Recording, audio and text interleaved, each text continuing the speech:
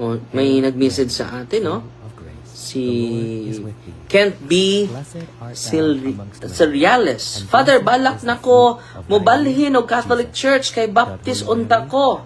Dayon kadtong akong gitun-an ang Roman Catholic.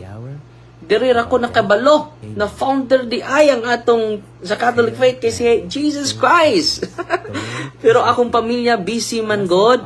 Why makuyog nako unsaon nako ni Father kay ganahan jud ko mo Katoliko.